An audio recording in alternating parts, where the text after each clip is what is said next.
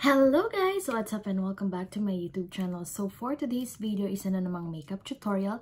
Kung hindi ka pa nakasubscribe sa aking channel, please subscribe to my channel and hit the notifications bells kung gusto mo lang naman na updated ka sa lahat ng aking mga videos.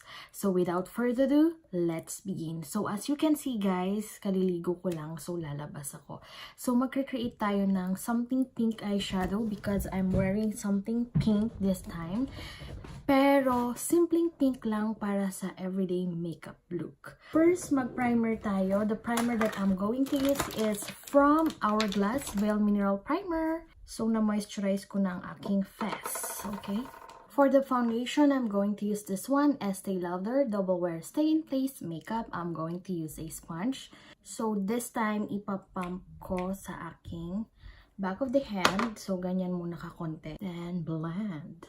This time, gusto kong nipisan yung foundation. Okay, then another 2 pumps sa isang side ng face ko. So guys, baka pagkamalan yung all the time masyadong very light yung foundation ko. Malakas lang yung flashlight na gamit ko sa harap ko. Hindi pa kasi ako nakakabili ng ring light. So bawasan natin ng lighting. So ganyan kapag walang lighting. So parang hindi maliwanag, diba? So yan, si aking pimples na masakit hanggang ngayon. Okay, try natin guys na walang nakaharap na light sa mukha ko. So, ganyan ang itsura. Busin natin yung product na nasa back of my hand. Ngayon, mag-concealer tayo. The concealer that I'm going to use is from Fenty Beauty. So, ninipisan ko lang. One side muna. Ninipisan pero ang dami kong nilagay. This side ang gagamitin ko. So, concentrate tayo sa under eye triangle area. Humiwalay siya kasi masyadong basa yung sponge. So, nasa sa inyo yan kung gaano ka-damp yung sponge na gusto nyo. Pero make sure nyo rin na hindi hihiwalay yung product na nilalagay nyo. Sa mukha nyo, yung talagang lalapat siya ng maigi. So, kung anong extra, yun yung nilalagay ko sa lids ko at yung biniblend ko palabas. Then, yung ibang extra nilalagay ko sa noo ko, sa T-zone mostly. Pero hindi naman as in sobra.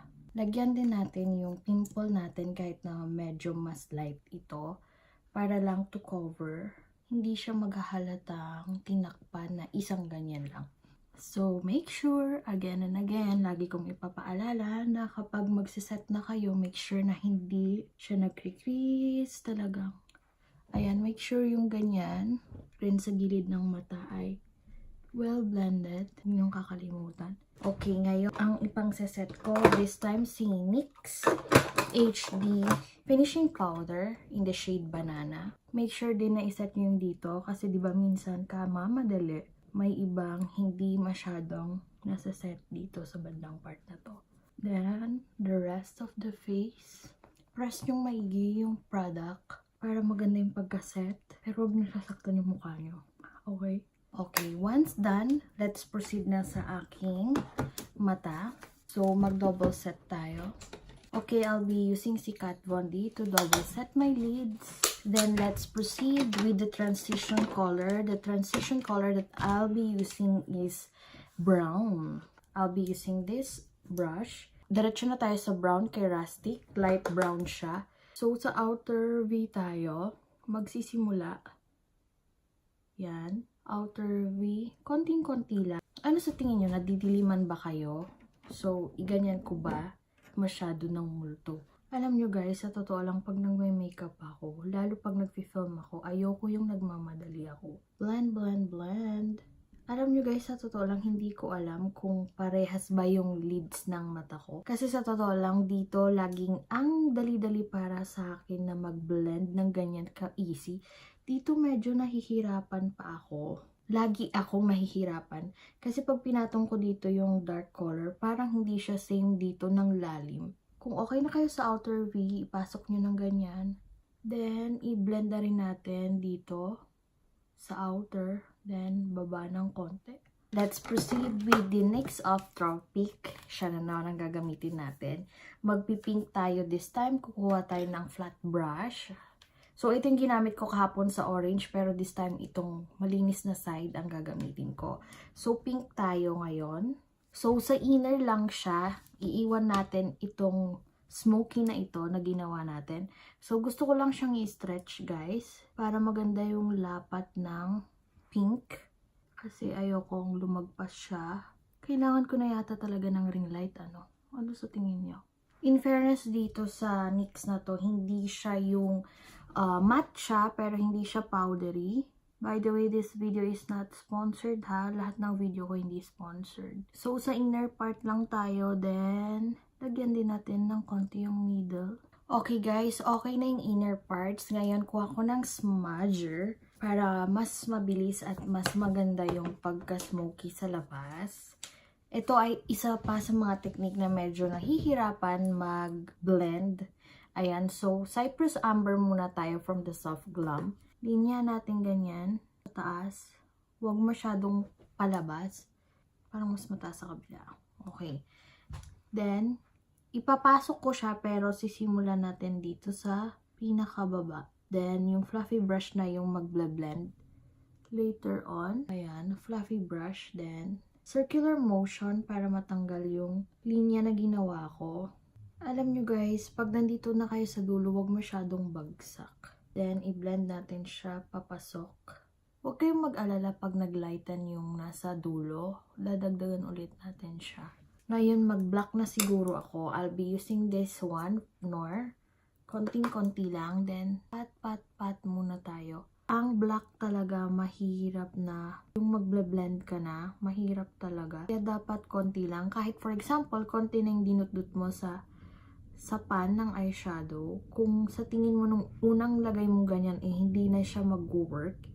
Or masyado siyang makapal, linisan yung ganyan. Same sa kabila, ayan, nag-build na siya ng magandang smoky ng konti. So, linis again. Then, circular motion lang muna bago ipasok. Linis ulit ng brush kapag nakikita mong medyo baka mag-iba yung performance, mga ganyan. Dagdagan natin sa kabila dahil medyo kulang yung pagka-black. Ngayon, tingin kayo ng straight na ganyan.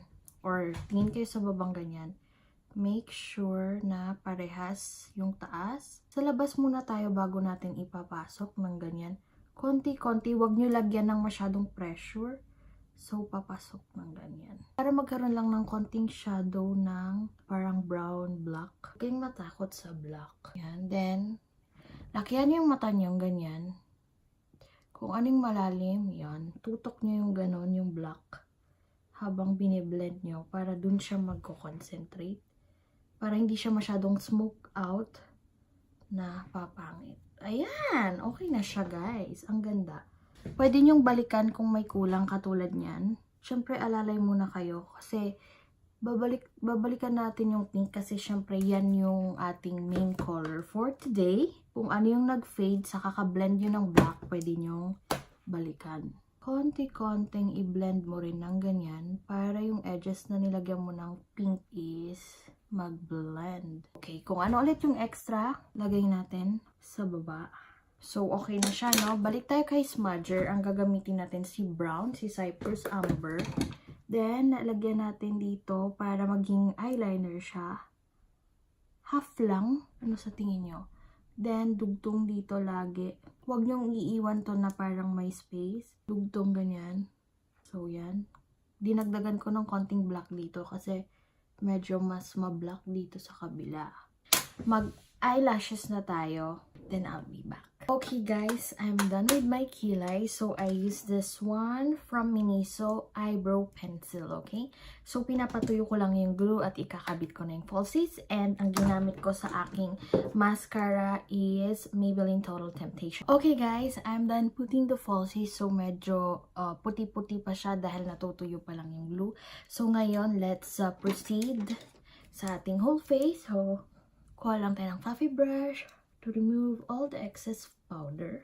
Next, mag-contour tayo. I'll be using si Kat Von D. Si Kat Von D na naman. Palitan natin. I'll be using si Too Faced Chocolate Soleil Medium to Deep Matte Bronzer. Yan ang gagamitin natin. Pang bronze ng ating face. Then, pataas. By the way guys, excuse me sa aking mga peklat. yan ay dala ng pagluluto. Nakikipagsagupan ako sa mantika. Okay, nose contour, same din ang gagamitin natin. Ang brush na gagamitin ko dahil madumi yung mga brush na nasa harap ko, this one na lang. Depende sa inyo guys kung anong brush ang bet nyo sa inyong ilong. As much as possible, light-handed kayo para hindi magkiki at magalaw nyo yung ilalim ng foundation. Ayan, okay na siya. Ngayon, sa blush na tayo. Ang blush na gagamitin ko is from e.l.f. Mag-pink tayo nito. Light pink to. So, sa outer, ako mag-blush. Yan, ganyan. Then, dagdagan natin dito. Para gumanon siya. Nakita nyo, ang ganda. Parang nunal lang ang dating ng pimples kong yan. Then, mag-highlight tayo. The highlight that I'm going to use is from Becca, my all-time favorite. Hanggang ngayon, buhay na buhay pa rin siya. Actually, nabasag lang yan kaya pumangit siya eh. So, inner corners muna tayo para hindi ko makalimutan kasi madalas nakakalimutan ko yan. Then, nose. Sa nose, dito ako naglalagay. Ganyan. Then, dito, this time, ganyan natin si Jaclyn Hill, pababa. Kapag ganyan, kuha tayo ng, yan, para kumalat siya. Hindi naman para kumalat, para hindi siya nagmumukhang linya lang. Yun. Then, Cupid's bow, and dito. Okay. Ngayon, for the lipstick, gagamit tayo ng medyo nude kasi medyo dark, smoky tayo. Pero gusto ko ng medyo nude na pink. So, I'll be using this one from MAC. All-time favorite ko to. Long time. Matte lipstick siya in the shade Please Me. Ang cute ng packaging, no? Purple. So, itong lalagay natin. You know, diretso lipstick. Wala nang lip liner. Yung iba, hobby nila. Ako, hindi ko feel. Parang nakakadagdag lang ng time. Eh, iwan mo na lang yung parang tip ng ganyan. Then, yun yung igla-glide mo sa dulo ng lips mo. Ganito. Yan. Okay, guys. So, I think we're done. At hindi ko in-expect na ganito ang magiging outcome ng look na gusto ko. So, balik-balik lang kayo sa yung, ayan, ganyan. So, how do you like this look with my outfit? With my outfit, naka-pink tayo ngayon na smoky look. So, guys, sana nag-enjoy kayo sa video na ito at sana matutunan nyo rin na gawin ito sa sarili nyo para sa mga beginners, okay? I hope you enjoyed this video. Please don't forget to like, comment down below, and share this video to your families and friends. And please hit the notifications bell so that you won't miss any of my videos. And this is the final look, and I hope you enjoy it. I hope to see you on my next one. Bye! Mwah!